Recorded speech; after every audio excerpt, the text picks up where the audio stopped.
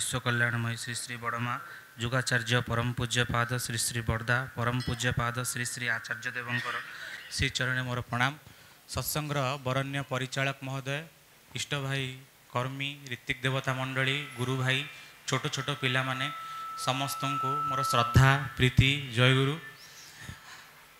आज को ठीक 9 वर्ष पूर्वे 2013 मसीह आमर जो कोलोथिया जोन रे से जोन है नथिला। आम मैंने जितेबाला मिसिकी 3 महलार माँ मैंने आ ममता माँ आम समस्ते मिसिकी 4-5 जन सत्संग आरंभ करूँ। ये गोटे आम बीणा पाणी सरस्वती शिशु मंदिर अच्छी तांकर जे प्रिंसिपाल सार थे देहांत हो जाइछि। देहांत हो जाइछि तांको आमे अनुरोध करिकि माँ मैंने रिक्वेस्ट करथिले। तांकर गोटे हॉल थिला, सेही हॉल भितर आमे सत्संग करिथिलु। बहुत भल होइतिला, एमती राति रे हेइतिला। आउ प्रसाद सेवन व्यवस्था मध्य करिथिलु।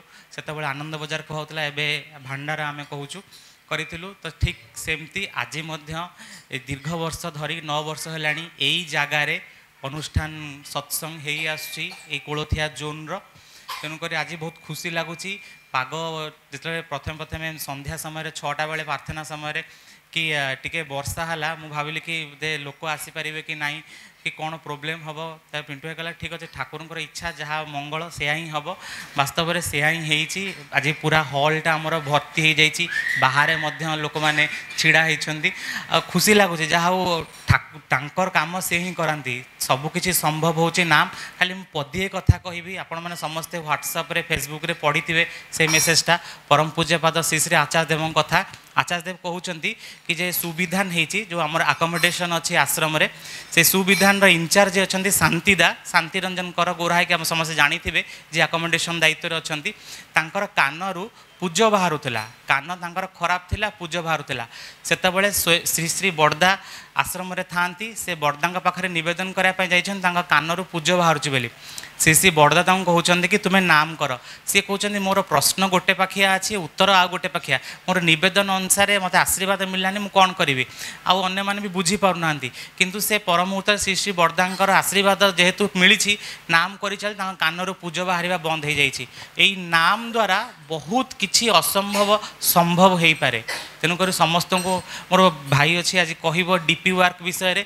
डीपी वर्क कले कौन डेभलप होची, डीपी वर्क कले निजर व्यक्तिगत निजर चारित्रिक निजर कौन डेभलप होची से विषय कह। मुझे खाली गोटे कथा कहि, आम जो किछि दिन तले पिंटू भाई मोर डीपी वर्क करूँ से समय आम घर सामने गोटे एमती पिंडी भाई से बसलु।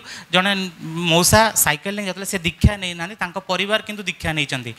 पिंटू भाई जयगुरु कहले तो मत आश्चर्य लगे, अद्भुत लगे। कहले दीक्षा नहीं ना जयगुरु कौन।